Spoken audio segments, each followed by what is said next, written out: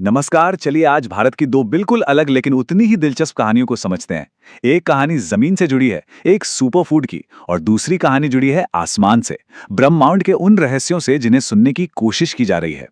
तो सोचने वाली बात यह है कि आज के दौर में किसी देश की असली पहचान आखिर बनती कैसे है। क्या ये उसकी हजारों साल पुरानी परंपराओं से बनती है, या फिर आज की टेक्नोलॉजी और साइंस में उसकी ऊंची छलांग से, या शायद दोनों साथ साथ चलते हैं। आइए इसी को समझने की कोशिश करते हैं। और इन दो पहलुओं को समझने के लिए हमारे पास दो कमाल के उदाहरण हैं। एक है मखाना, एक ऐसा स्नैक जो हमारी परंपरा का हिस्सा रहा है और अब पूरी दुनिया में अपनी पहचान बना रहा है। और दूसरा है लाइगो इंडिया, एक बहुत बड़ी ऑब्जर्वेटरी जो स्पेस टाइम की गहराइयों में होने वाली हलचल को सुनने के लिए बन रही है। तो चलिए कहानी शुरू करते हैं मखाने से, जिसकी जड़ें भारत की मिट्टी और संस्कृति दोनों में बहुत गहरी हैं। ये है मिथिला मखाना। अब देखिए, हाल ही में बिहार के इस खास मखाने को मिला है जीआई टैग। मतलब इसकी अपनी एक खास पहचान है जो कहीं और नहीं मिल सकती।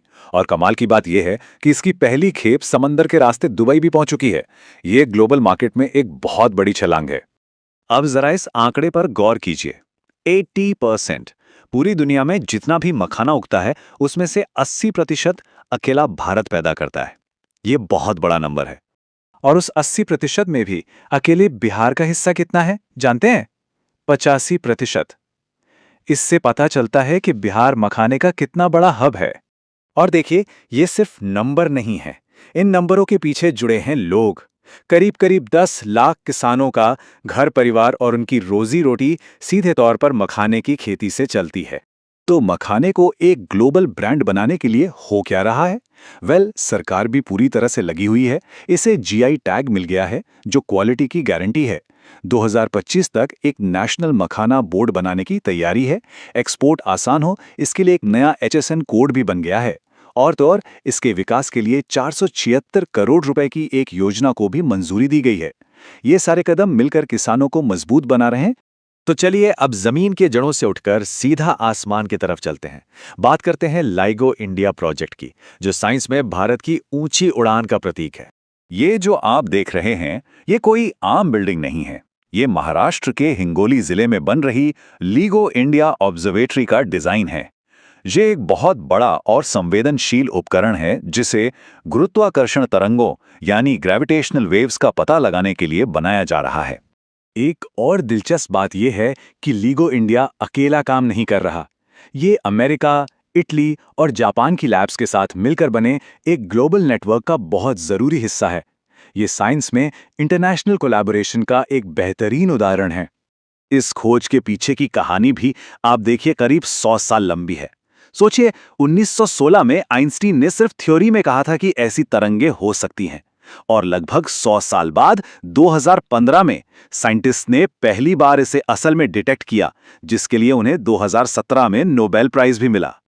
पर सवाल तो वही है कि आखिर कोई ब्लैक होल जैसी चीज को सुन कैसे सकता है? मतलब वहां से कोई आवाज थोड़ी आती है।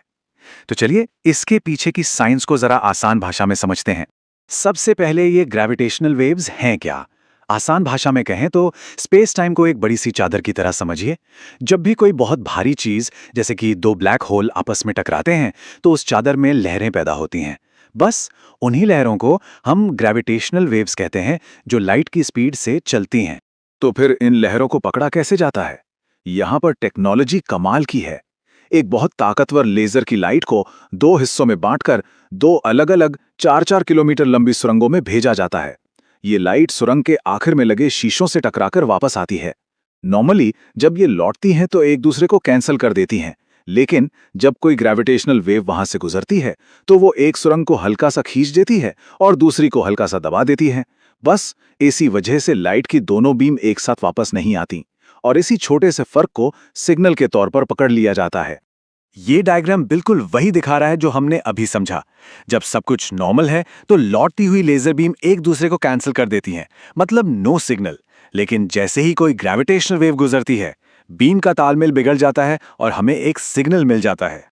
और ये मशीन कितनी सेंसिटिव है, इसका अंदाजा आप इस बात से लगाइए कि एक एटम यानी परमाणु के साइज के 1 अरबवें हिस्से से भी छोटे बदलाव को पकड़ सकती है। ये वाकई कमाल की इंजीनियरिंग है। तो अब हम मखाने की जमीनी कहानी और लाइगो की आसमानी खोज, इन दोनों को एक साथ लाकर देखते हैं कि ये हमें भारत के बारे में क्या बताते हैं। एक तरफ है मखाना, जो हमारी संस्कृति, हमारी कृषि की कहानी कहता है और अब लोकल से ग्लोबल हो रहा है। और दूसरी तरफ है लाइगो इंडिया, जो साइंस में हमारी ऊंची उड़ान को दिखाता है। एक ठोस प्रोडक्ट है जिसे हम छू सकते हैं, और दूसरा एक एब्स्ट्रैक्ट खोज है जो ब्रह्मांड के राज खोलती है। इसे हम कुछ इस तरह कह सकते हैं, एक तरफ एक स्थानीय फसल है जो हमारी सांस्कृतिक पहचान को मजबूत कर रही है, और दूसरी तरफ एक ऐसा ब्रह्मांडीय कान है जो यूनिवर्स की पहली फुसफुसाहट सुनने की कोशिश कर रहा है। ये दोनों ही तो आज के भारत की सच्ची तस्वीर हैं। तो आखिर में एक सवाल बचता है, जब कोई देश सितारों को छूने की कोशिश करता है, तो क्या उसके लिए अपनी जड़ों को पकड़कर रखना भी उतना ही जरूरी है? शायद एक की ताकत ही दूसरे को उड़ने का हौसला देती है।